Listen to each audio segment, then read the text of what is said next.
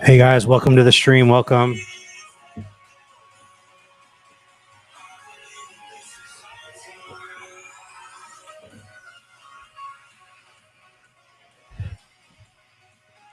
Hey guys, welcome. I'm gonna probably do one video today since I have a lot of things going on and I got to go back to work. Unfortunately, my side hustle is the last day for today until Thursday, until we can do more live streams and more driving. So I got more videos to edit later on too. So which is good. We're just gonna wait for a little bit more people to come into the live stream right now.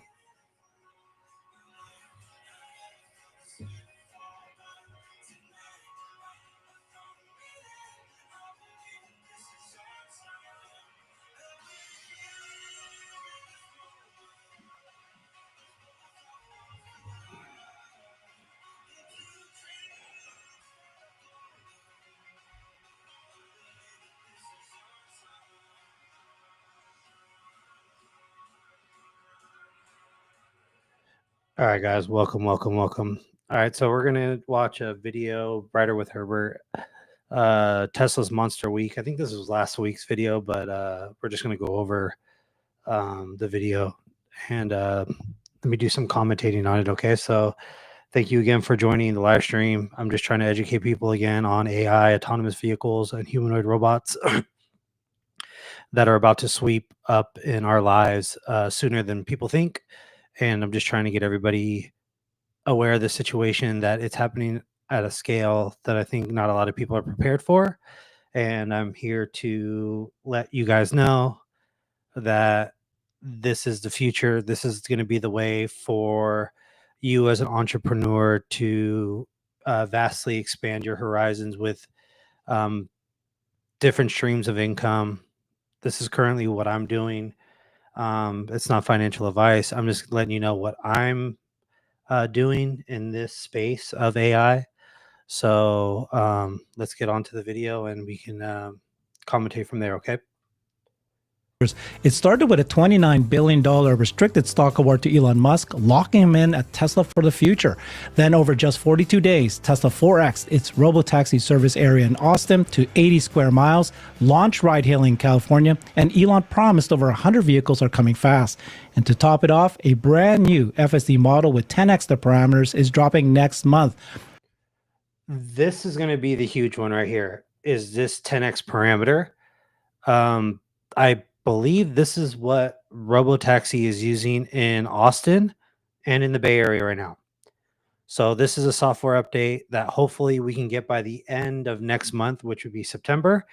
And my car will be vastly more improved, hopefully in mapping and making better decisions. I mean, 90% of the time I have no disengagements. Maybe one critical safety engagement per time that I'm out, and that's after a 12 to 14 hour span. I know that parameter is going to get better and better as time goes on. Multiple stock overhangs are gone, and a setup for a major move higher is now in place. Let's break down what just happened and why it matters.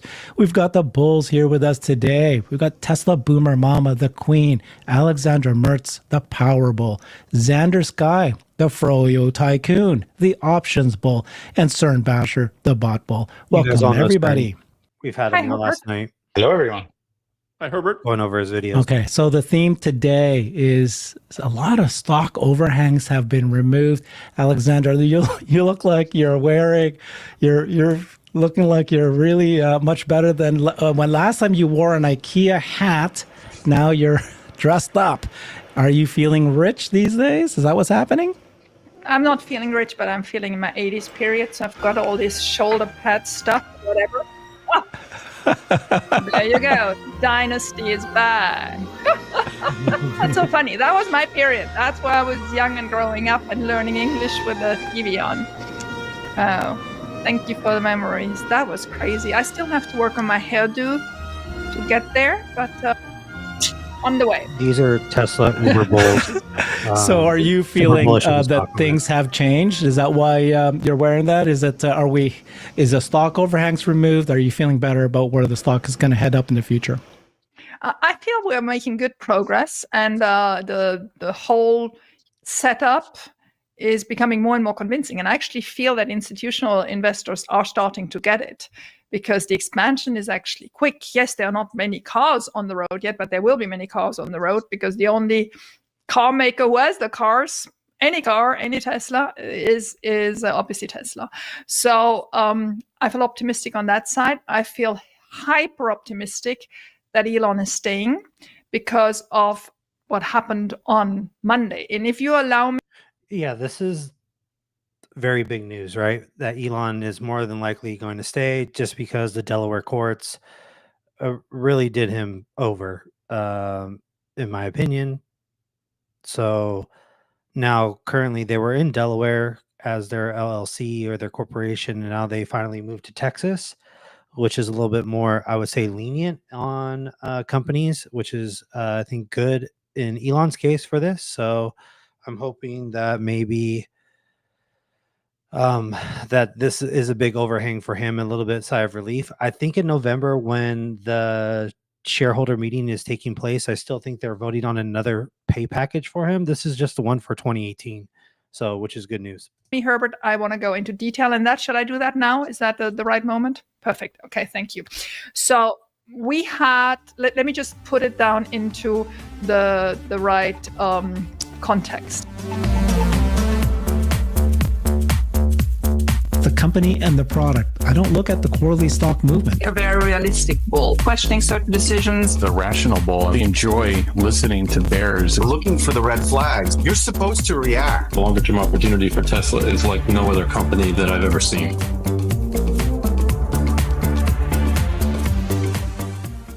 So what happened Monday is really one for the history books. They were ultra smart. Before we get to this slide, let me explain a little bit how we came to the point we are.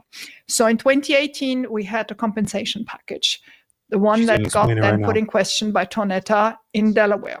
That compensation package had reached all these milestones, and at that moment, the dilution of shares took place. So all that package has been accounted for at lower stock prices, and the amount of shares have been prepared to be issued. Okay, so when that was put into question by Tonetta, up to now, all this package was in the freezer, and it's still in the freezer. We're waiting for the Delaware Supreme Court to either invalidate the Chancery Court or to validate it. We'll see what comes, but the issue. So back in 2018, when Tesla shareholders voted on this pay package, I think it was voted for 75% that Elon gets his pay package that us as shareholders voted for and approved, and yet the judge in Delaware overturned our votes for Elon's pay package, which is absolutely ridiculous. I don't care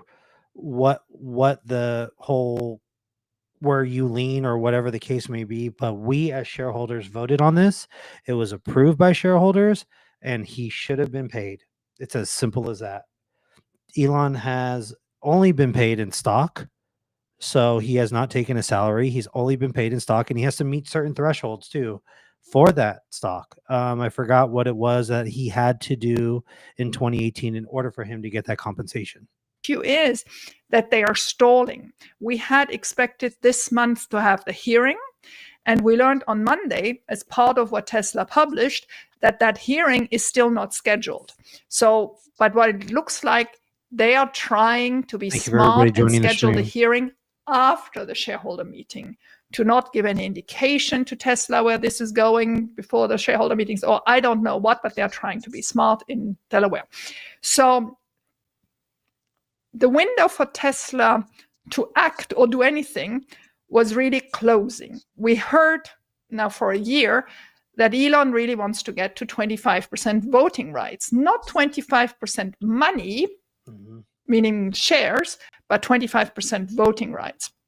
Currently, he's just short of 13%. I think it's 12.8. That's obviously far to go for 25%. And then you have all this package that's been sitting there in the freezer that would give him potentially 4%, so moving from 13 to about 17% if fully executed. So 2 of our board members, Robin Denholm and Kathleen Wilson-Thompson, formed the special committee in March, April, and that got announced in the 10Q end of April, beginning of this year. And they were looking for multiple solutions. One, what to do with these options that are in the freezer. I'm sorry, I'm speaking so figuratively about it, but I think that's a nice way to explain it. And then second, how can we build a new compensation plan for Elon? Because the combination of those two. So now they're trying to do 28 compensation plan and then the new compensation plan that's going to be coming up for shareholders in November. So there's going to actually be 2 of them that Elon needs to get paid. I think that second pay package is going to be massive because he's probably going to have to meet certain thresholds, probably on Robotaxi. He has to be probably in X amount of states, X amount of cities, and probably get Optimus into full production. But supposedly Optimus is supposed to be in full production starting next year. Will bring him closer to 25. They may not get him all the way to 25 very quickly, but obviously that's the right direction. So what they did on Monday is they unfroze about a third of those options that are in the freezer from 2018 and allow Elon to purchase these in 2 years. Why in 2 years? Because they want to make sure he is here and motivated for 2 years. So it's really a deal, right? There is Elon having to execute, and then he can purchase them. He can purchase them at the share price that was originally in the 2018 package. So it really mirrors more or less the conditions of the 2018 package. You may ask, why 96 million shares? Well, 96 million shares because they did not have more available. What does that mean? In 2019, shareholders voted in the then shareholder meeting of 2019 to have a total of, I think it was 200 million shares available for incentives for Elon, board members, employees, whatsoever. And then every year they publish in the 10K how much of that is left. End of January, they published that 113 million was left. Since then, they've issued more. And so right now, 96 million were left.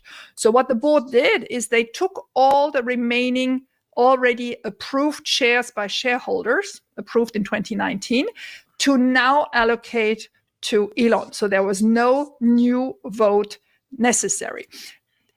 96 million is about a third, so there's still more than 200 million available, Amazon, but there is no equity incentive plan that's been voted on by shareholders to allow them to issue those. So as I said on Monday to you, Herbert, I do believe there are more tranches coming, maybe 1, maybe 2, but at the moment they issued what they could, okay?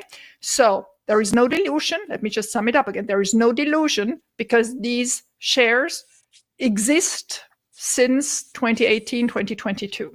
There is no expense currently for Tesla. Why is there no expense currently for Tesla? Because, well, they have been expensed 2018 to 2022. And while we still believe that we will win in Delaware, there is no need to expense anything because once we win in Delaware, the current new package will just be compensated with the old package. And so there is no additional cost at that very moment for Tesla. If it becomes more probable that we lose, and then let's just be very clear, then we have one person to blame for the extra cost that is currently potentially happening, which is Chancellor McCormick. Because if we lose, she, in her wonderful prose, saying she is defending shareholders, she actually stuck it to us. She stuck to us that instead of having a relatively cheap package that's all accounted for and we don't have to pay anything, if it gets invalidated and we have to replace it, it's going to cost us 30, 40, 50, 60 times more. We went through all that last year when we read her verdict. But if I hear people now going, oh my God, this may in the end up with dilution. It's not dilution what it will cost us, but it may end up with an expense if we lose. But the fault for that is purely Chancellor McCormick. So at the moment, no dilution. At the moment, no expense. But now comes the genius of this all, because the way this was set up, it gives immediate voting rights to Elon. So while nobody has to pay anything, there is no expense, there is no nothing, Elon in 4 weeks gets 96 million more shares to vote on. So additionally to his current 400 and something million shares, he will have now 500 million shares to vote on already in the shareholder meeting on November 6th. And so that is obviously really genius. Now, careful, because there is now a 30-day period between last Monday when this started and the moment that Elon will have the voting rights, where it has to go through the Department of Justice and the Trade Commission. They can veto this. I don't think they will, but who knows? So there is currently still a risk that this, goes through. But if it goes through, then he has 96 million more voting rights, albeit he has not paid for them, and albeit we didn't have any supplementary expense other than what we already expensed between 2018 and 2022. So all that to say, I'm sorry I'm so long, but it's really important, is that what will we vote on in November? We will vote on a new compensation plan for Elon. I'm calling it the 2025 new compensation. Yeah, all Elon wants is to get his shares that is owed to him and then to have 25% voting rights, which means that almost really nobody can supersede him in any kind of matter that he sees fit. I think that's probably the best way to go. It's in order for him to stay at Tesla and to continue the process of getting autonomous vehicles and robotaxi fleet up and going in different cities and states, and also getting Optimus off the ground too. So I think it's a good incentive. Plan. We're going to vote on a new equity incentive plan, meaning that is where we allow the board to issue equity to incentivize executives and employees. This one, we just emptied it by giving these 96 million to Elon. So there will be a new one, a new amount. We will certainly also, and that's just me interpreting, so I should probably put that certainly a little bit under my thoughts rather than having the certitude, on a new board remuneration plan. As we've discussed a couple of times now, Herbert, the board has not been paid since 2020. Now, under Texas rules, I think they're ready to propose a new remuneration plan, which is, how much does a board member get when they join the board? How much equity do they get for sitting in those committees? How much do they get annually? Is there a prime after 3 years, 5 years, whatever, right? All these things have to be detailed and then for us to vote on. We will, I think, very certainly vote on a potential XAI investment, because many of you followed our directives to write to Tesla and bring the elements to them so that this can be included. And we know already it's the moment where 3 of our 9 board members get reelected, because it rotates 3 every year, and then after 3 years, then it starts all over again. So this time it's Ira Ehrenpreis, Joe Gebbia, and Kathleen Wilson-Thompson. So those are the topics I'm certain about that we're going to vote on in November, with the little board remuneration being, my ad. Maybe that is, but I do believe it's going to come. Alexandra, which of these items will Elon not be allowed to vote on? He will not be allowed to vote on his own compensation plan. And I do believe he will not be allowed to vote on the XAI investment. I think he has to recuse himself of both of those. On the board remuneration, I am not sure. I'm not sure if, him as being a board member, he's allowed to vote. I have to go dig into those questions. But I think there must be topics on there where he's keen to have those 96 million new share votes. That's what I was wondering. That's what I was getting at. I'm wondering if there's any other items that will come up for Could vote well be. where this is important for him to have those extra shares. Yeah. I mean, first of all, I think he's really happy with all 3 board members that are currently up for re-election. Agreed. So his 96 million was going to make a difference for that. And it's just,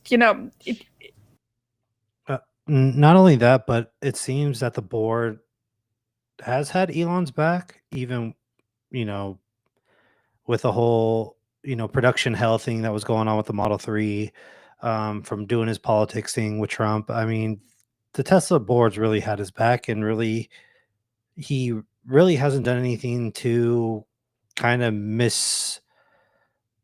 give any reason for the board to mistrust him. So to not trust him at all. So I just think it's going to continue that way, which is great. And hopefully we can continue the success of ramping Robotaxi along with ramping Optimus, because that is definitely going to be the moneymaker, and that's going to be more incentives for him to stay with a big compensation package, right?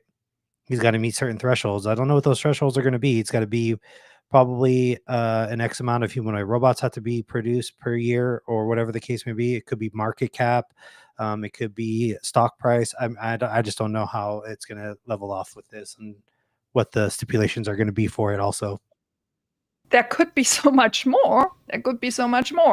So let's just wait. I mean, every year I get very excited about the proxies, but I think I've never been looking forward more than this year. I think this is just going to be learning those milestones, because us Tesla investors, we know if those milestones are there, that's what he wants to do. That's where he thinks he can bring us, right? This will be very concrete. And being able to read it through, understand it, probably Master Plan 4 is going to come soon. Or 4, do I have to say 4? Part 4? No, you don't think. It was only Master Plan 2, 3, 4. 3 was already 3, wasn't 3? Okay. Yeah. Yeah. Thank you for going through all that. That was very important information. Quite a bit that you covered. It looks like setting up that this annual shareholder meeting is very important. You had quite a number of topics that's going to be addressed. We need to, as retail shareholders, show up and make sure that we can vote. This is really critical. You also made it sound positive that at least 2 major stock overhangs have been removed. They're about to be removed. Is Elon staying at Tesla? Is there a path to dealing with this board, the 2018 lawsuit that's happened? Is there a compensation resolution? Is that the way you would position it? That it sounds like we're heading in the right direction? I think the example I gave you on Monday still stands. When you're in these legal battles, especially this has been going on now for 6 years, right? You always feel like you're a little rabbit in a corner waiting for the courts to do something. And this is so what I like about what happened on Monday is that Tesla's board has decided, because it was obviously first a special committee, then they brought it to the board where Elon and Kimball had to recuse themselves, and then the board unanimously voted for it. So Tesla's board trying to look up the milestones that he had to hit. We're going to take action. The screen. And this was so well thought through because it gave these immediate voting rights. It would have just been, okay, in 2 years you can buy those shares at whatever, because we're setting up a plan B and we're starting now so that, we get you here for 2 years. And we all know Elon is going to stay for more than 2 years. I don't think that's ever been a question, but now it's obviously formalized. But adding to it that the issuance of this plan. Okay, so for Elon's stock compensation plan, if you haven't noticed it or didn't know what was in it, so it looks like it was in options, and it says those options would be delivered in 12 separate tranches, with the board awarding Musk 1% of the stock outstanding for each set goals completed. To reach those tranches, Musk had 28 targets he needed to hit. Of those, 12 were tied to the market capitalization measured in $50 billion increments up to $650 billion. 8 were tied in earnings and 8 were in revenue. So he hit all those in that 10-year period of, I think it's 2008 to 2018, if I had to take a guess. So just to give you some background on that. Immediately gives him access to the voting rights. That's a genius stroke. I don't know who of the 2 ladies came up with that, but that was it. That deserves any and everything. Alexandra, you also mentioned Earlier, you had a response from Elon regarding that it's not like 8%, it's 4%. Can you explain that for us, please? Yes. Assume we win in Delaware. The win in Delaware would correspond to 8% of shares for him to be able to purchase and then have voting rights on. But the problem is that at the moment where he can exercise those, it's a taxable event. And being now in Austin, he explained that it's about 45% taxes on it. So that would mean you sell these 8% shares, which is something like 300 million shares, and you have to pay taxes on them, 45%. And then for the 55% that are remaining, well, they are yours, and now you can vote with those. And so the 8%, these 300-something million shares, actually bring him only 4% more shares. So it will be about 150, 160 million rather than the 300 million. And that's I think when all is said and done here, I think Elon will definitely be a trillionaire along with Michael Saylor and his Bitcoin holdings. That's just my opinion. I mean, those two guys, one in crypto for getting Michael Saylor for MicroStrategies is just buying up Bitcoin like crazy. That's why I just said that's what's so genius about it, because the 96 are also a gross number, like the 300, but there's no taxable event now. The taxable event would be in 2 years. So he has voting rights today for 100% of those shares and not of the 55% post-tax votes, right? So I don't know to what extent the Department of Justice and the Federal Trade Commission are going to find this acceptable, because it is highly creative. We'll see. But it is, I mean, if this passes, and we'll know in 4 weeks, this is going to be a masterstroke. Okay. Well, thank you so much, Alexandra. That was great. Those were the two big stock overhangs, but there's more, right? Is Robotaxi expanding in Austin? Is Robotaxi expanding in California? Is FSD getting better? Certainly, we haven't heard from you. Are you feeling better that a number of stock overhangs are being addressed? Yes and no. Certainly on the compensation side, I think it's encouraging, and I also think that just quickly on that, the 2-year vesting may give us some clue that Tesla thinks this Delaware court situation might be wrapped up in a couple of years. I'm speculating on that, but who knows? Probably not. It'll probably be another 6 years but by the time we're done with Delaware. But just on Robotaxi progress, I mean, it's encouraging that they're able to, expand the geofenced area fairly easily, fairly quickly. They're showing that. That's great. The big thing for me now is more vehicles, but I'm more interested in more vehicles that don't have safety monitors. I'm waiting for that. I'm patiently waiting for that. I'm not putting any pressure on Tesla to pull out the safety monitor before they feel comfortable to do so. It's far more important to roll this out safely. And so whatever the issues are that they're working on, until they feel comfortable doing that, I'm fine with that. But then once that safety driver is pulled out, safety monitor is pulled out, and safety driver, I guess, in California, then I think I'm very interested to see the ramp, and I want it to ramp very quickly after that point. But And I agree. So you have to remember that Tesla's vehicles are the most safest in the world, and they always take safety into priority on all the products that they do. Tesla holds, of their 5 vehicles, the top 5 spots in the NHTSA crash test safety rating, along with beating records in Europe too for Model 3 and Model Y. So it's not just one particular country, it's multiple countries, if not the whole European Union, who has a vigorous crash test safety ratings. So just to give you a little bit of heads up, they are the safest vehicles to be in. Till then, I'm patiently waiting for things to develop.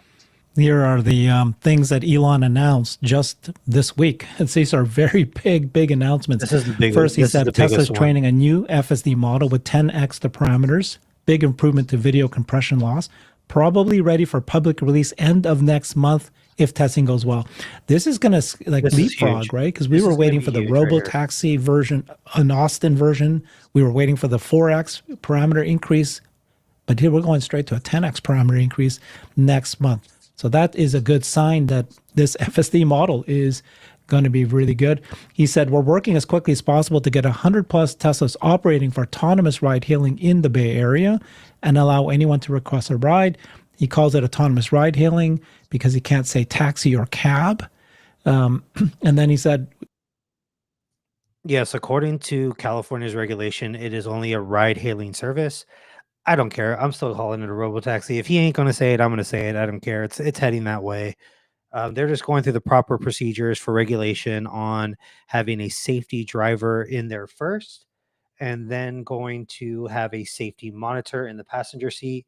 And then last but not least will be no safety driver and no safety monitor. And they will be fully autonomous, just like how Waymo is. But Waymo is only in a small section of San Francisco. They are not all over the Bay Area with the or with the robotaxi network in the Bay Area, spanning all the way from the peninsula side to the South Bay and to the East Bay. And that's not over into the hills yet, into the valley, where like Dublin, Livermore, Walnut Creek, Pittsburgh, Antioch, Tracy, all those places in the valley. They haven't reached there yet, but they will once they start to gather data in the Bay Area. And I don't know if you've ever been in a Waymo in San Francisco, but it's actually really good. I've been in it a couple times before.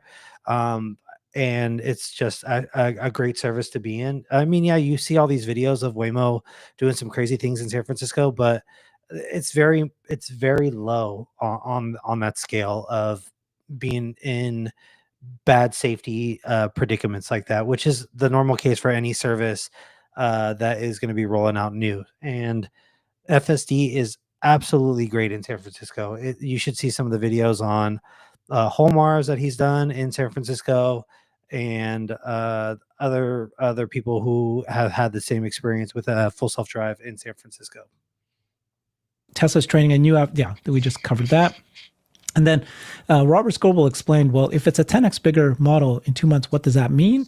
It's everything from being able to identify potholes, driving in parking lots better, being able to do pickups and drop-offs at robotaxis, better path planner, avoiding anomalies better, first responders, driving around traffic and around a wreck, smoother and more confident. You can drive faster. It will handle high chaos situations, crowds of drunken pedestrians and so forth. Elon replied to him saying minimizing probability of injury is the goal, but we will also address these other factors, the things he just listed, if not entirely in this build, then shortly thereafter. All of this is So very one or two good builds. signs. Oh my gosh. Yeah, we haven't heard from you, Xander. What's your thinking about this? Before they start to comment on this, I'm just going to tell you that Colossal is just absolutely mashing out data pretty well for these cars in order for them to drive and improve so quickly. Those 100,000 H200s, I think it is, are just massively improving the rate of full self-drive updates and improvements that nobody is seeing coming for. This is why XAI is important in the vote in November. Yes, it is very important because one, they need XAI as much as XAI needs Tesla. So in order for Grok to be fully integrated with that, to where you have your own personal driver and you can talk to him or her and have a full-on conversation, make people at ease getting in a car or a vehicle that's autonomously and not have a human driver in there. So it just makes a world of a difference, right? So that's why it's just important that these updates come out. I don't even care if they take a little longer and they get vastly more improved because we wait an extra month. I'm okay with that. So let's keep going with this. Yeah, I love seeing that FSD is the focus, from Elon, and I like my experience with FSD has been phenomenal, and then the robotaxi rides. Uh, I didn't do the California ones, but because that just feels too similar to what we experience every day. But the progress in getting those speed bumps and like that toll booth incident that we just had, where it paused and it waited for the transaction to be concluded.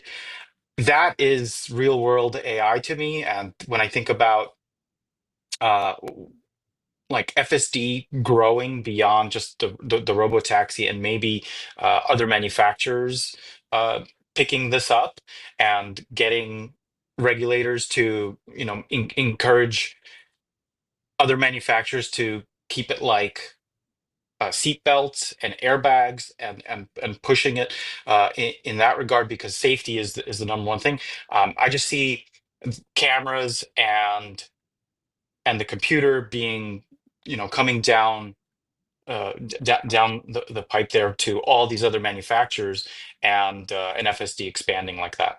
Yeah. So it's the real world AI that you're looking forward to.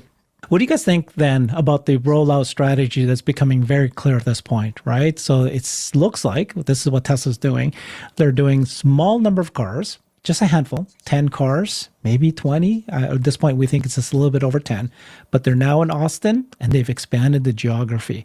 They're now in California. Now, because of rules, they have to have a safety driver there. That's fine. They're going to put 100 safety drivers there to get that, to get the first 55,000 miles under the belt. But it looks like that they will do this. They'll expand the geography, but not yet grow the number of cars or invites. And then maybe they'll flip on no drivers, but again, I bet it would still be a small handful of cars. That could be their strategy. And only once they've got that in place would then they expand. Do you guys think that that's a right strategy? Well, just real quickly, Herbert, the exchange, I think, between Robert Scoble and Elon actually told us a lot. Because Robert was talking about all the different things that it could do, and Elon came back and said, well, safety is our priority. So that's telling me that the current build isn't where Elon and Tesla wants it to be as far as being as safe as it could possibly be. Right? We've experienced it. It's amazing. It's awesome. But they want it to be even better than what we've experienced. So they're waiting for this new build. But Elon even hedged in his reply, or shortly thereafter, right? So maybe it's the next one after that, or some interim period where they can make some changes to the model. So to me, that's interesting. I mean, it's favorable that they're skipping the 4x parameters, going to the 10. That's great, and maybe they can leapfrog some of these issues in a shorter period of time. So I find that very encouraging. From a strategy perspective, in terms of rolling out the service, in my mind, ideally, if you can get approval for it, you introduce it in as many markets as you can. Right. And then you scale it when you're comfortable with the safety profile of what you're offering. If you're not able to go into those different markets because of regulatory, they're not, if certain regulations or regulatory.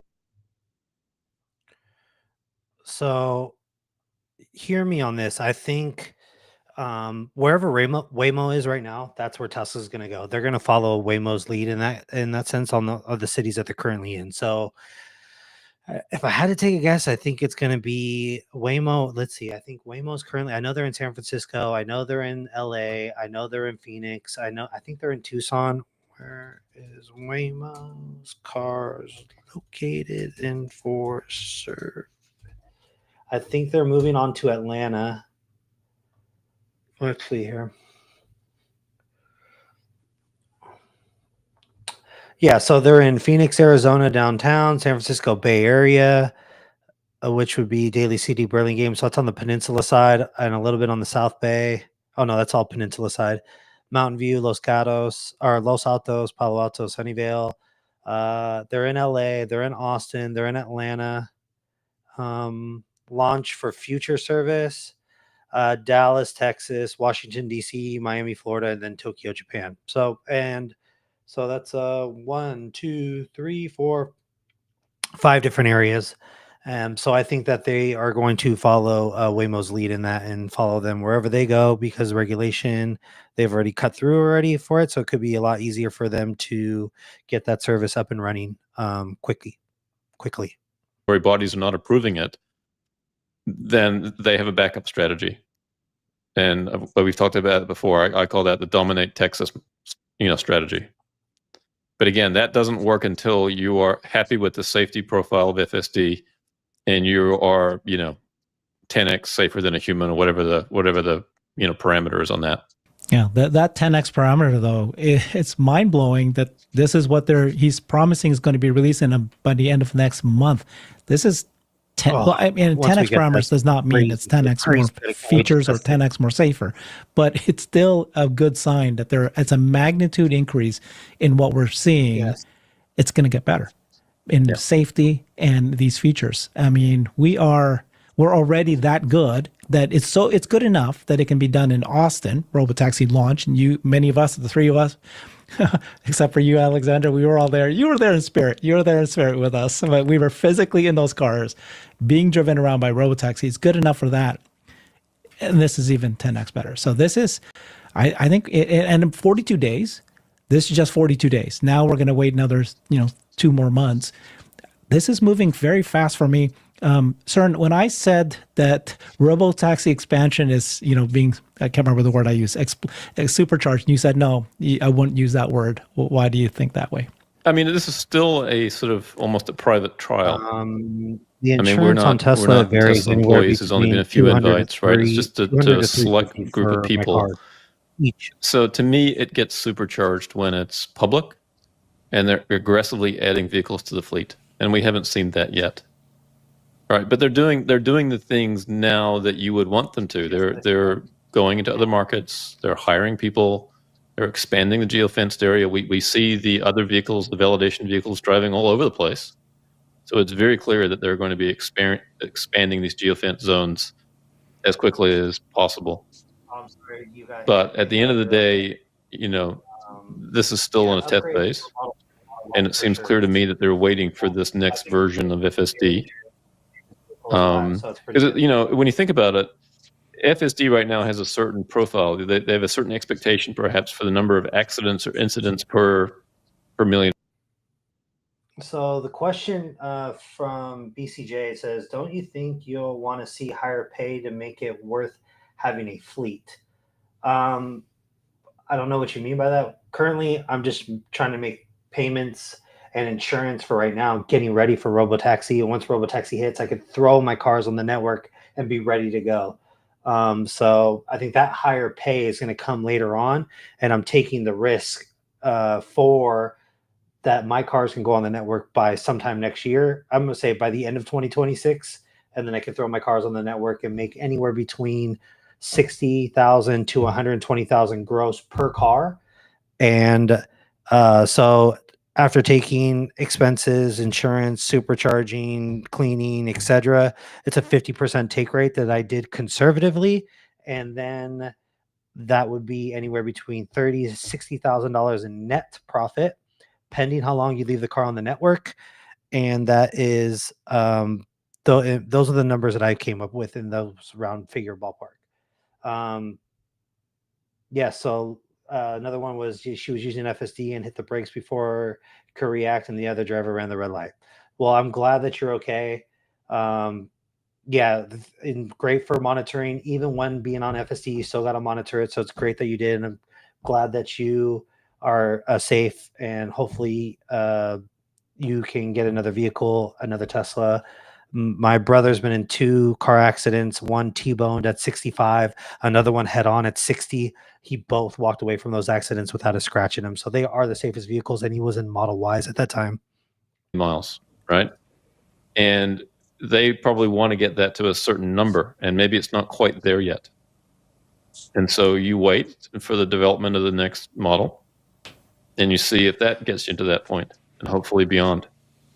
And as you scale up, because you're at a certain ratio of accidents or incidents per million miles, the more people you have in those vehicles and driving, the more accidents you're going to have, even though that accident rate is coming down. Right? Correct. And Herbert and I, you and I did a show about this, right? That for a small fleet. That's where CERN and Herbert had a show on it with accident rates at 1%. So every million, let's say every million accidents that autonomous vehicles and human drivers are involved in, 1% of that will be probably more than likely the autonomous vehicle's fault. So that comes out to 10,000 accidents per year per 1 million accidents. So just giving you guys a heads up on those numbers. You will he's have talking very about. few accidents, number of accidents. But even if you improve or lower that accident rate, if you scale up to millions of vehicles, you're going to have so many accidents to deal with, even when it's 100 times safer than a human, just because of the sheer volume of miles that you're driving. And so Tesla has to make sure that they can manage those kinds of issues. So I think we're going to end up with a robotaxi service that is super, super safe and minimizes the legal risk for Tesla because the accidents will be few and far between. Yeah, it needs to get to, that could be the 10x per hour one, could be the unsupervised version of FSD. So I was going to not agree with you, but then I saw, obviously rereading what Elon said here, minimizing probability of injury is the goal. So for the new people that just came in the chat, we are going over Brighter by Herbert videos of last week. I think this is last week's. It could be something different. Let me see here. Doesn't really say where. Usually it would tell me how many. August 8th. So yeah, this was last week's. This was actually 2 days ago on this video. We're just going over just the news that happened for Tesla with Elon's compensation package, and then the new software update that the 10x parameters are going to increase for anybody who has full self-drive. More than likely, it's the same software capability that Robotaxi has right now that they've been testing. So we'll just keep going over it. Right. Because like today, Robotaxi is in Austin, and we only are aware of one incident. This is the data from City of Austin themselves. So there has, knock on wood, not been any injury. So at this point, you could say that the reason why they haven't expanded yet in terms of number of cars is because of, not because of injury, but because of, back end things that they work on. But because he said this, maybe they just want to be even that much safer. In my mind, this is what matters. You've got to make sure the probability of injury is down to some level where you say, okay. All right. So Shaquille asks a question. He says, how much can he potentially make on Robotaxi network? Two factors. It's one is how long you leave it on the network for, and two is what type of vehicle that you have on there. I'm sure different vehicles will have different tiers, just like Uber and Lyft does, like Comfort, Electric, Premier could be the same thing. My business model is saying that if you leave it on the network 100% of the time, because that's what I'm planning to do, 100% of the time, maybe 90%, but I'm just saying 100. It's much more easier to round up numbers. It can be anywhere between $60,000 to $120,000 gross. Now I include a 50% take rate on that, which means subtracting tires, charging, cleaning, insurance, all that stuff. I think it would come out to anywhere between $30,000 to $60,000 in net profit per car. So that's what my thing is. So just letting you know on that. We can deal with the consequences at this level, even as we scale. It could also be that this 10x parameter is coming by the end of next month. So why rush anything? Just wait it out until that's there. And then the other point I want to ask you guys is, if this 10x parameter is coming in next month to the public, they are using it now, aren't they? Could be. Yeah. And the one thing I also want to add to all this is, it's all good that they are prudent. And I prefer they're going slow and whatever. But at one point, you also have to say, this technology saves life. And if you need to be at 100%, you're not saving lives, right? So at one point, you have to take the educated decision that now is good enough. And it will not be perfect. It will not be perfect. There will be issues. Let's hope they're not fatal, and let's hope they're as few as possible. But at one point, you have to put this technology to work to the masses. And that may be the point concern, where you may be right, that we then need to educate the masses, right? We don't both agree on that point. Okay, so Alexandra made a good point. It's going to save lives. So I just looked it up right now. It's currently 44,000 Americans die per year of car accidents. So imagine you save 50%, 60%, 70% because of this technology. That means that, less people will die for this everyday driving that we do. So that's a lot of Americans die per year. That was according to the National Safety Council. So just giving you guys some statistics on that. If we all wait for the ultimate 100%, we're going to wait forever. So there has to be something reasonable in between. In the live stream, I did. That is a good question by Shaquille. It says, how will charging work once it's fully self-drive, so autonomous, robotaxi? I predict, I think, one of three ways. Either one, they'll have human attendants at probably the most busiest supercharging stations. That's human attendants plugging in, plugging out. The other one is that you get retrofitted for the wireless charging that the Cybercab is going to have, right? So that could be number two. Number three, which I think it's not too far-fetched. I believe that maybe Optimus will be at each supercharging station plugging in and out of cars. But I think at first they're going to have humans plugging in cars and plugging out cars in certain Tesla superchargers network. That's what I predict in those major cities. That's just my guess. Or the fourth one could be that it actually comes back to your home and then you charge it at home. So those are my four things of charging. So that's a good question, Shaquille, that you just did. So yeah, Elon is definitely a beast. I agree with that 100%. Yesterday, Nick Gibbs was pretty passionate saying that. He says that FSD is at the point today that Tesla needs to start to go big, explain, pushing it as fast as possible, because the longer you wait to get people to use it, the more people you're not saving as many lives. Now it's too early. Now it's too early. Okay, that's the question. Now he thinks it's now. And remember at the last earnings call, Elon said that only 50% of Tesla owners are using FSD, but we're going to work on expanding it, which means that there's no other reason why they're not expanding it except that.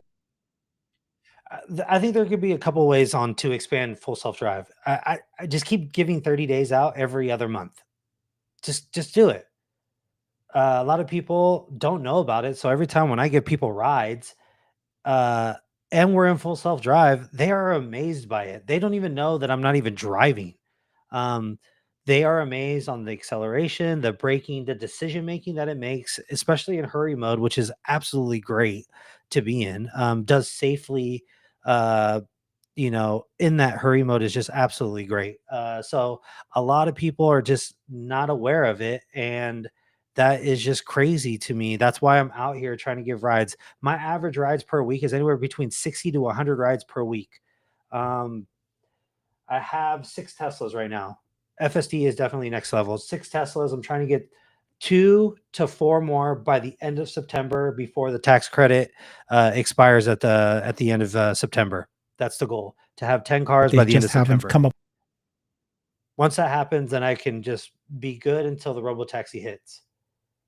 That's why I'm buying cars on another level. I agree. It's out of this world. It's not even in the same realm of being in the same, even close to gas powered vehicles or hybrids or other EVs. It's just out of this world. With ideas, or they haven't really pushed hard.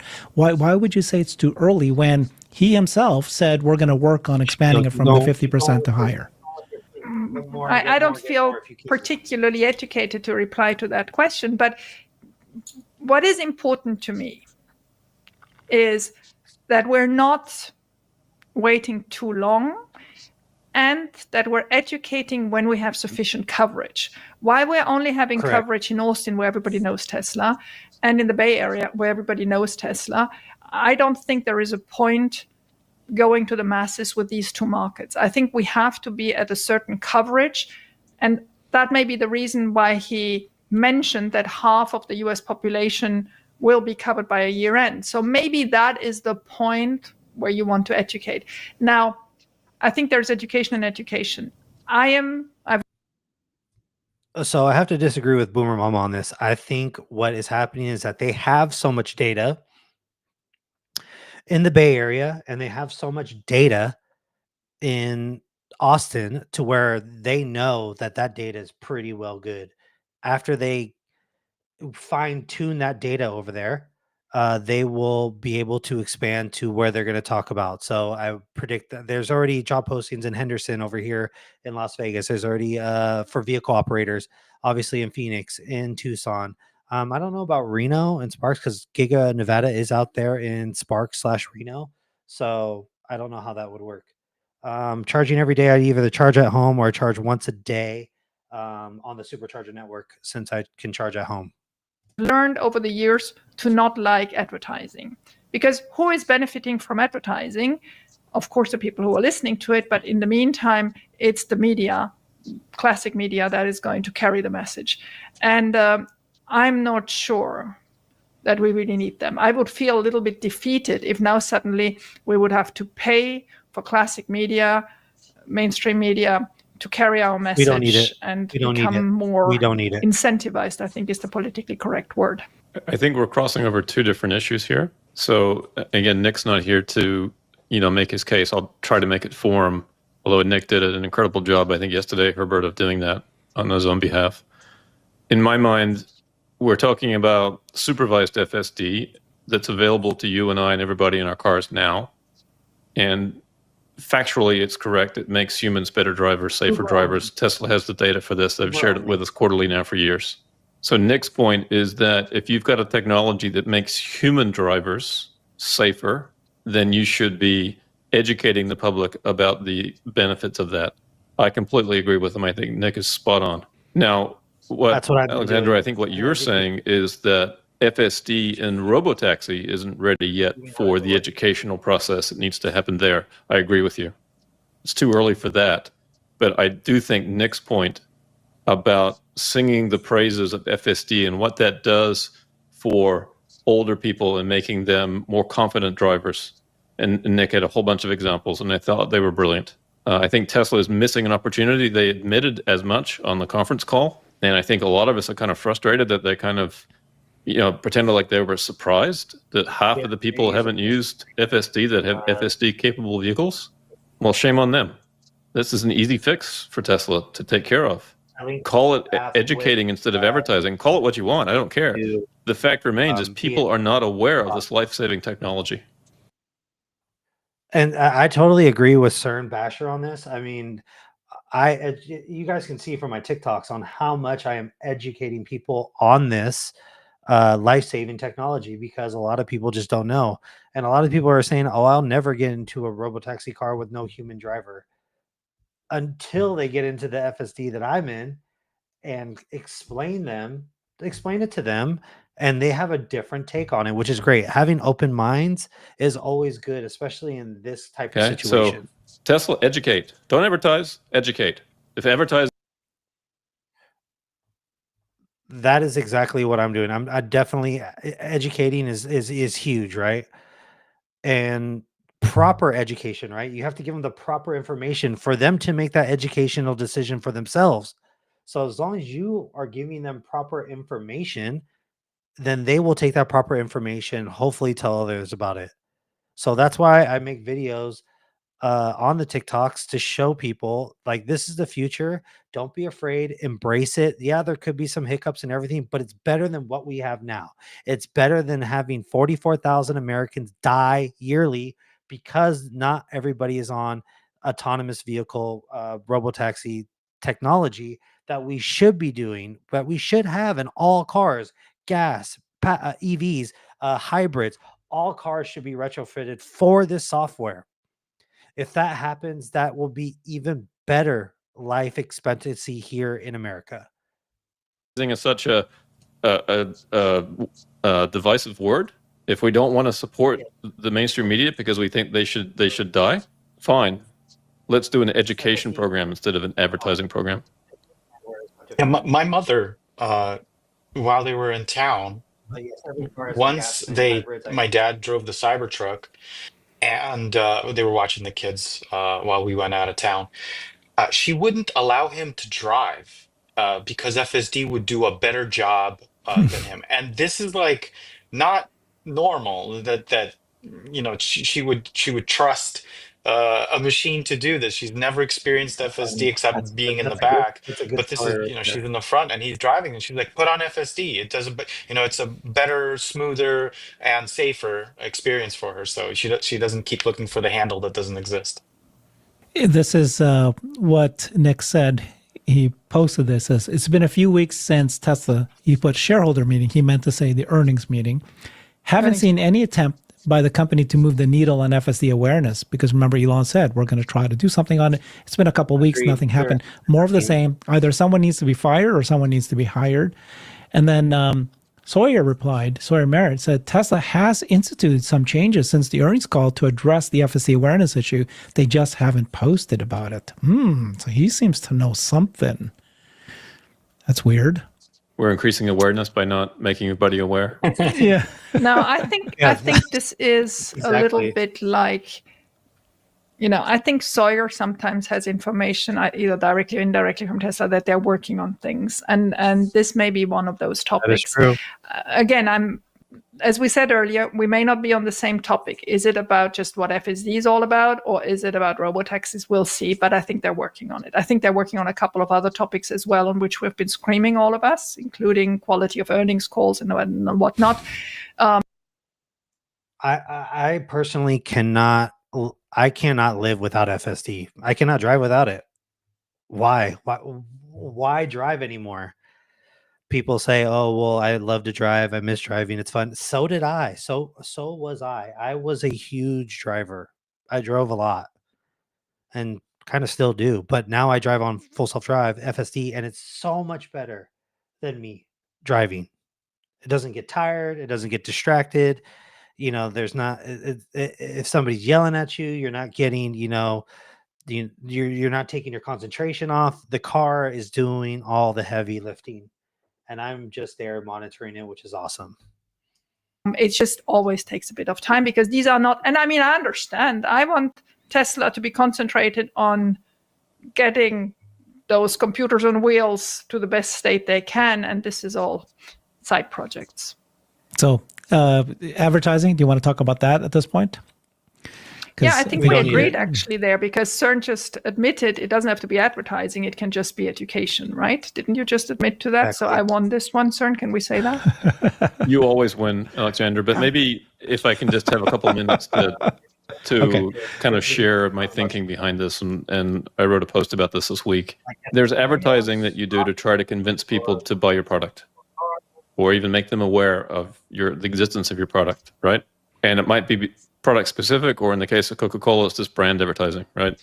But then in my mind, one of the issues that Tesla has faced is this persistent headwind of the media constantly putting out negative information about the company.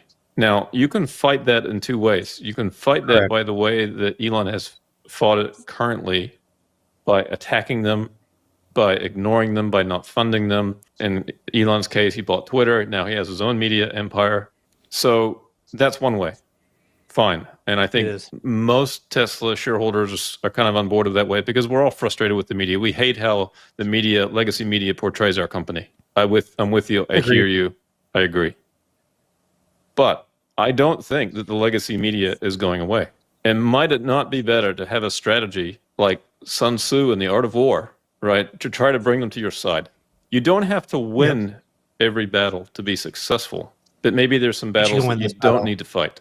And I love Elon. Exactly. He likes to fight every battle comes his way. Agreed. Incredible. I don't know how he does it. But maybe this is one where we don't really have to fight it as hard as we're fighting it. So I'm kind of gently putting out the idea that you I have no complaints about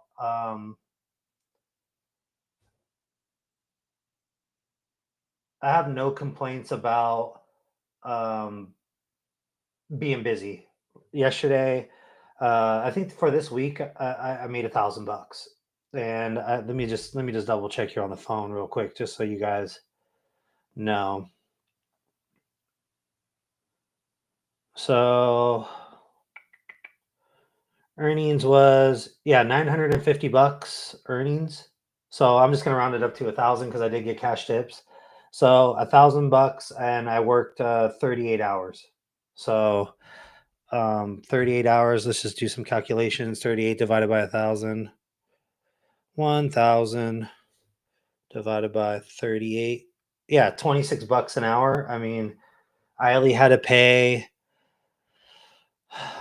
Let's see, I supercharged twice and I didn't really eat. So let's say 50 bucks I spent in those 3 days on charging. So I charged a lot at home. And some of that was just kind of like dead time in that sense. So 26, I don't go by hourly rate. I just go by the cost per mile.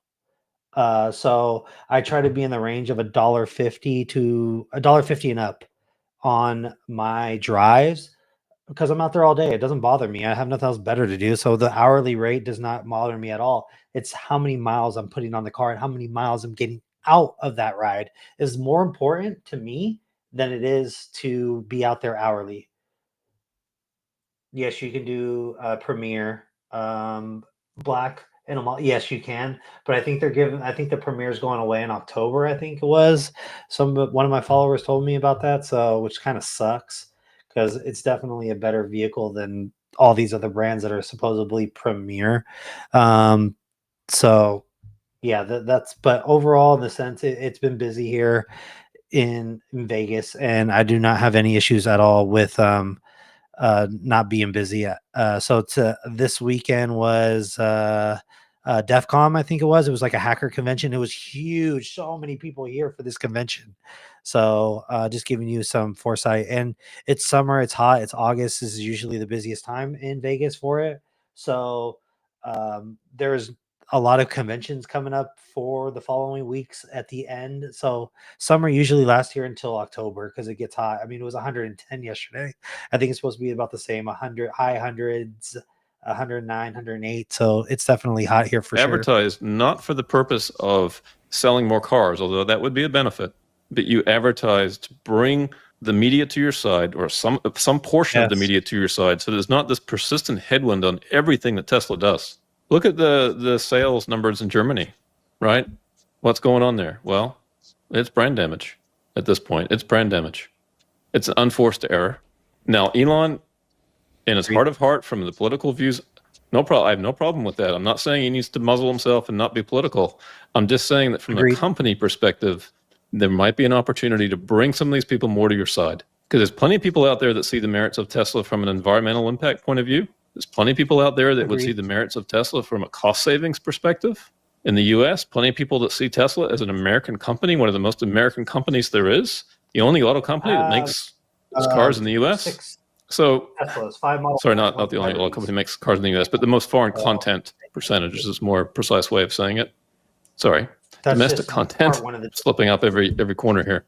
Anyway, that's kind of my case for why Tesla should consider some kind of olive branch to some portions of the media that is able to perhaps come to Tesla's side. I'm not suggesting that we, bribe them and that we pay go to the dark side and,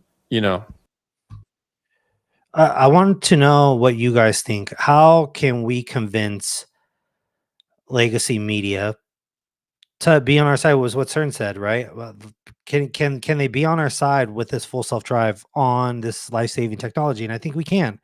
I just think that it takes definitely educational wise from them, statistics on what has been brought to you from FSD, even getting them in the cars and giving them rides on FSD and educating them, like what we said earlier, right? I would have no problems doing that with legacy media at all because all they do is bash when they should be listening and educating themselves and having an open mind on this whole thing. Forget about your feelings about Elon. Forget about your feelings about Tesla as a company. Just look at this software as a whole. Just pay them the money to shut up. I'm not suggesting that at all, but maybe we just don't need to fight that battle as hard as we've been fighting it. Do you think the expansion of Robotaxi when it comes and if it's coming? So I saw this from I don't know how to say it, Nero, I think it is. Sorry, bud, if I mispronounce your name. So the average new cost per car is $50,000. Right now, you can get a Tesla Model 3, which is on my screen right here. Let me see if I can try to pull it over here to Tesla. So you can kind of see the pricing on this, because you're definitely wrong on the expense. Right here. So as you can see here, let's go Model 3. Let's order a Model 3, right? To lease is $300 a month. Then you have for cash, this is with the tax incentive, it's $34,990. So let's just call it $35,000 for a Model 3 standard range or long range rear wheel drive, which means it only has one motor in the back. If you want a long range, it is actually 40,000. If you want performance, it is 47.5. That's for a Model 3. For a Model Y, which I have, it's I think it's better, it's roomier, and it's definitely on the Robotaxi network, and they're going to use those first.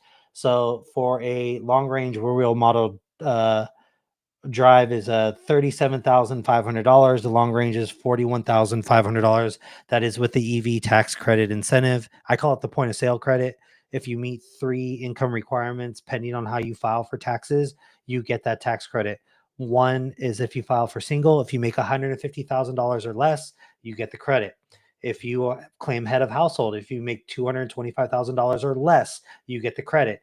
The third one, if you're married and you file jointly, it's $300,000 and less, and you get the credit. Okay.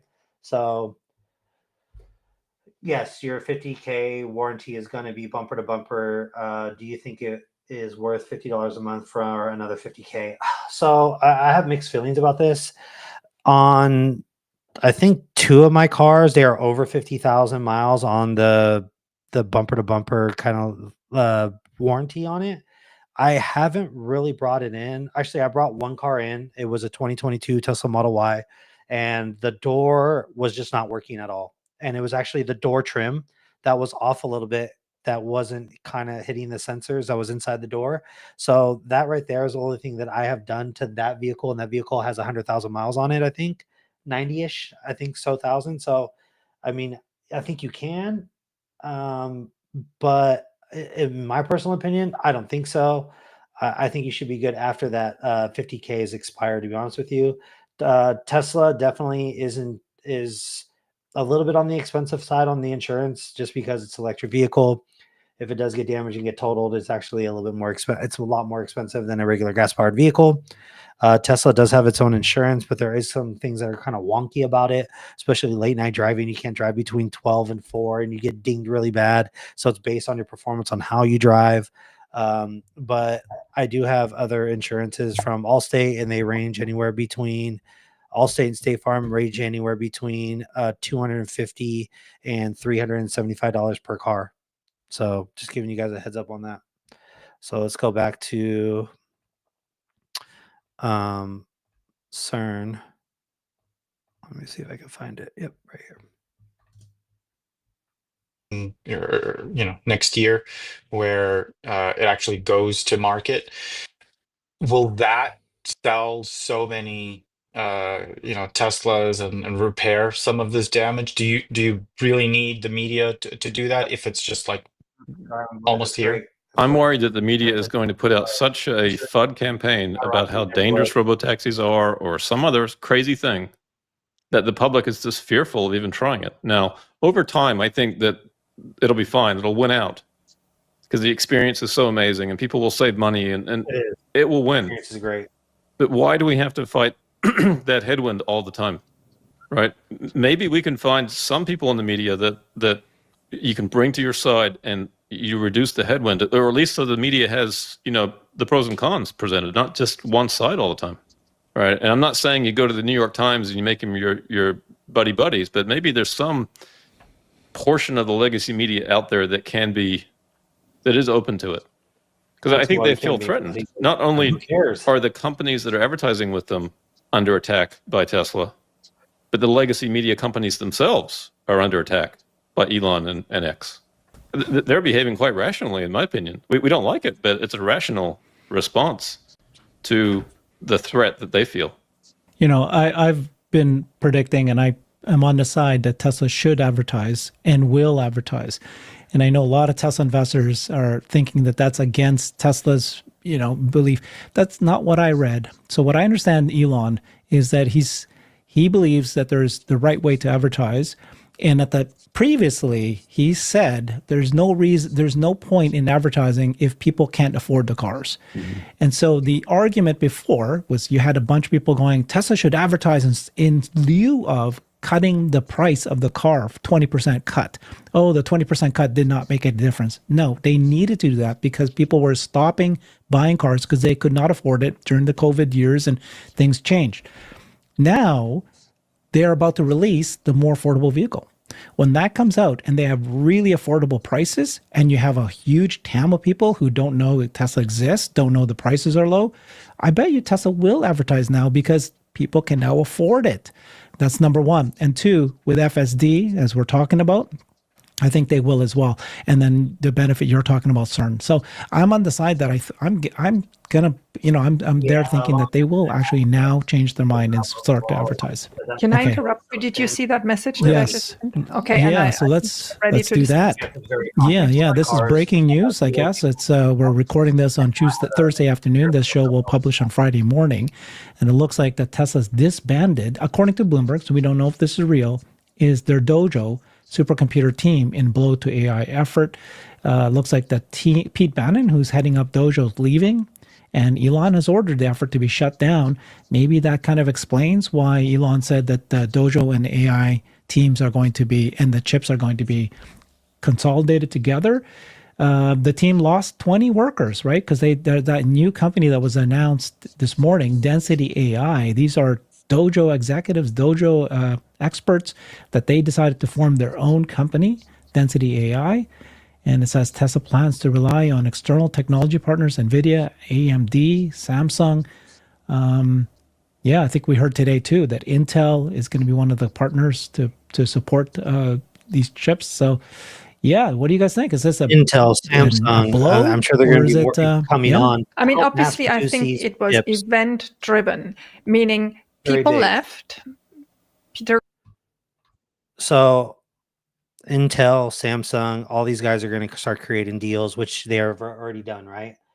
Elon is knowing that this is going to be almost like the bottleneck, right? Between rare earth minerals for batteries to get them produced, and then the other one's going to be chips. Because if you want millions of vehicles on the road, millions of vehicles of autonomous vehicles, you need those chips. AI5, AI6 chips. AI4 chips are currently in the cars as we speak now. AI5 chips will go at the end of next year, I think it is. So I think the Cybercab will have the AI5 chips, to be honest with you, in that realm. So they need to start ramping up that very quickly. In order to do that, they need to start teaming up with other semiconductor manufacturers in this chips. couldn't keep them within Tesla. They wanted to leave. Many of them left. They set up this Density AI project. And I think this is the consequence and the decision that Elon took. Now, I just want to go back. I did a couple of, it's nearly 16 months ago. I did in January 2024 a long thread about when we first heard about Dojo. So the first mention was on Autonomy Investor Day in April 2019, where he presented Dojo. Then it came up regularly in earnings calls, one in January 21, one in April 21. And it just keeps on going, all this. And he always reiterated it was a low probability of success, but it was a real joker if it would succeed. There's also a couple of mentions in earnings calls from Lars, because they felt it was the tool that would give them superiority in terms of capacities, and it just went on all the time. I'm scrolling through 2022, 2023. It's very clearly saying this is a high risk, low probability turnout, but we're working on it. We're working on it. We then simultaneously saw the team building up. Yeah, I think you're right, Agiro, for that. So yeah, between China and Taiwan, the tensions, trying to bring all those chips over here. It's sad that Build Back Better was repealed in that sense for EV tax credits, even though the gas and oil subsidies are still there, but they took away the EV subsidies, and then they took away the solar and batteries subsidies along with the chips being made here. You get a tax write-off or an incentive for that. So it's sad that they had to repeal those new jobs, those new innovation manufacturing jobs, which sucks. And yes, Taiwan does produce majority of the chips. We're trying to bring those over here in order for us to be more dependent on ourselves because of the whole COVID thing and the geopolitical implications between China and Taiwan. So it's good on them for that. I just think that it just sucks that we had to repeal the Build Back Better incentive for those they are high paying, high skilled manufacturing jobs that is needed, back in like the 40s and 50s and 60s when they were producing all these cars at the high manufacture rate. Those blue collar jobs, those are the blue collar jobs that we are missing out on to beat China into this new age of solar batteries and EV and fully and autonomous vehicles. So it just sucks that it had to happen that way. And I wish that we didn't repeal that because it's just huge for us to have in our backyard. Lots of job offers through 2023, and that then slowed down. So I think they had their chance. They felt obviously that they could do this outside of Tesla in a better way. They may actually become in some way or form and shape providers of services to Tesla. But at the moment, Tesla obviously is relying on NVIDIA, mainly NVIDIA, Samsung, Intel, AMD, which are reliable sources. There is no doubt about it. It most probably increases the strength of NVIDIA. I think there's no doubt in my mind. But it also refocuses Tesla on its core business and what they do best, right? And so it was probably worth the try over the last 6 years, and that's the end of that. Yeah, I think you're right. I mean, it was a talent drain, right? There was 20 people that left to form Density AI. So it looks like they're about to come out to stealth soon. They're going to provide chips, hardware, and software that will power data centers for AI that are using robotics, AI agents, and autonomous and auto. Founded by Ganesh Venkataraman, Bill Chang, and Ben Floring. And this is an exodus of key talent that left. This is in addition to the other people. But at the same time, do you think this has anything to do with the announcement of the partnership with Samsung that's next door, and they're going to use their chips? I mean, it's probably all brewing, but the need of Tesla is enormous. And Dojo could have played a major part in this. But, I mean, yes, it could have. Samsung has to now perform. Tesla can still purchase from TSMC. They're obviously purchasing from NVIDIA, whatever they can. We have commented many times how much foresight Elon always has in these purchases, how early he is, how well he negotiates these deals. Because when you see the CapEx and R&D expenditures of Tesla compared to other mega caps in the same field, it's just so much. I call it always lean and mean. But that didn't stop them from trying by themselves. I think it would have been wonderful if it worked out, because it would have been just, one of those typical Tesla cost-effective and vertical integration projects that are having huge returns.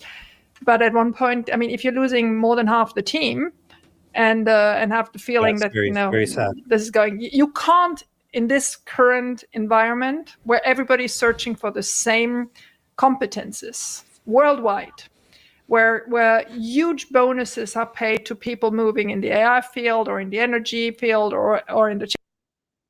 That is a good point. So a lot of top talent is going into this field.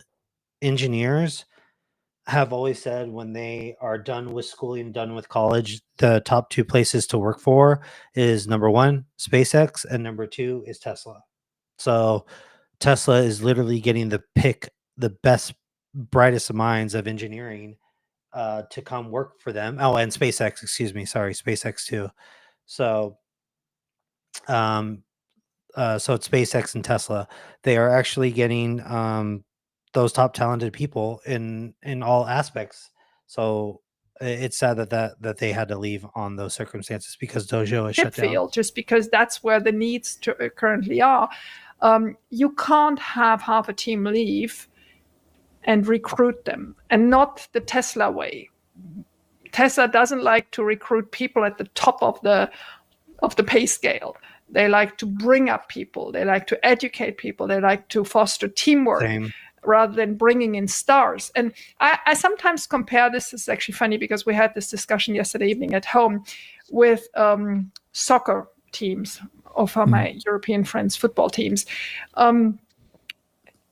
In my family, we're very passionate about soccer, right? And there are a couple of teams that I cannot stand. One of them is Paris Saint-Germain from Paris, because they have this arrogant attitude of always purchasing, no matter the price, the stars, right? They have the money of the Emirates behind them and they can just do it. The same money that is having some of the Spanish clubs.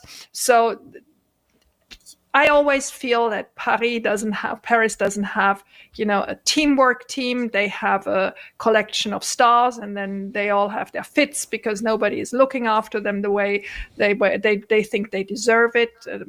Everybody wants to be the queen, and that is certainly not the Tesla way. They are not recruiting now, going out and finding the most expensive in their field to bring them here.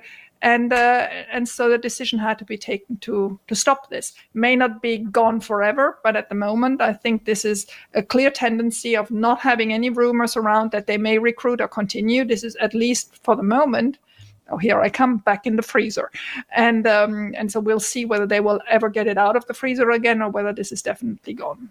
Didn't we hear last week, that AI6 could be scaled up basically to a supercomputer, like what NVIDIA does with their chips? Yeah.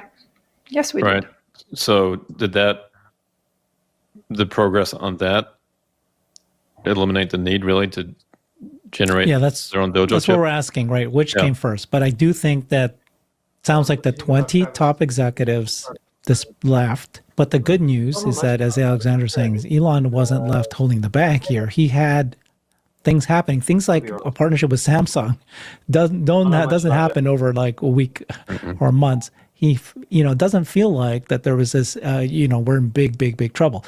Do you guys think that tomorrow, this is going to be published on Friday morning, that this will be a big hit on Tesla stock or Tesla's business? Or do you think people will go, yeah, they've already explained that they have a partnership with Samsung. They've got plan Bs that's going to just take over this anyways? Well, in my mind, there's a big difference between securing supply of chips, which is absolutely critical, versus making your own that may or may not be in competition. Yeah, but it'd be nice. We all talked about how it'd be nice to save NVIDIA's 70% gross margins. Mm-hmm. But you know what? At the end of the day, it really doesn't matter that much.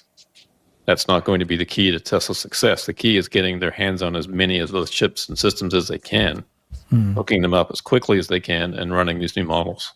I think you'll just have a short-term reaction, algo reaction. You're already seeing it after hours where it's an immediate dive, but it's already getting bought up. So it's, I imagine, if you digest the information that you're hearing, CERN's explanation is spot on. I think you'll just have, continued oscillating until we have a big catalyst. But, the things that you guys discussed with, things being lifted, overhangs being lifted, that's the important thing. And once you have this next FOMO wave, you'll see upgrades, and definitely going to be a big FOMO for sure. That's what'll fly. But initially, there's always a options at play here. Okay. Trick question for you guys. What do you think is the most important milestone that could happen before the end of this year? Taking up the safety monitors. Optimus. Don't make me dream, Alexander. Don't make me dream. I think Optimus has been pushed a little bit. I wouldn't expect anything for that. And if it didn't happen, I don't think that's going to change anything. I think my answer would be this, which is... my answer is this. I think, yes, the safety monitors is one, and then expanding to other cities and states is the other one. unsupervised.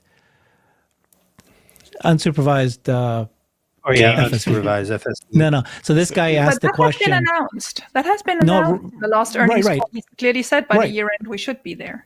Yeah, so if it happens, what a major thing that would hit. So this guy said, when can I do this? And Elon replied saying, which is playing a game, right? And the car's driving me, but I'm allowed to be playing my game. And Elon replied saying, probably 3 to 6 months, depending on regulatory approval in your city and state. So 3 to 6 months should happen by the end of this year.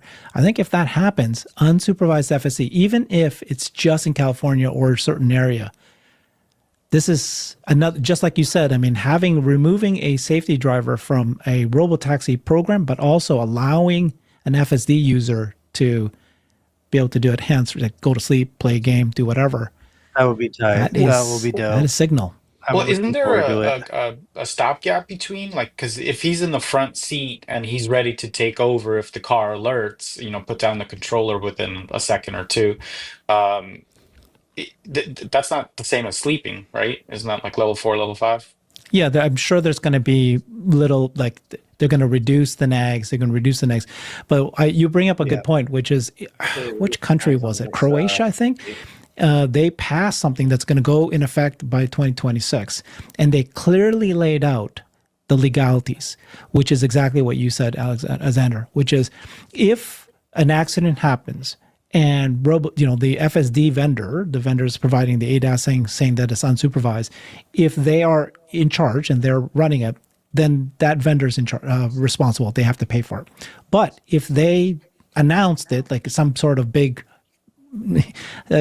some sort of like a audible warning sign, if you were alerted by the robotaxi vendor and you don't take over, then you're responsible for it.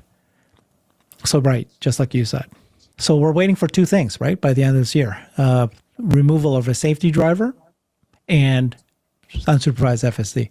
So if the removal of a safety driver happens, but it's only with, I think that's the biggest catalyst too. So if that happens, it's definitely going to be a game changer, pending regulation on how accidents will be handled in that situation. So that's just my thoughts and opinions on this video. So I'm going to cut off the streams right here because I got to get ready for regular work. Boo.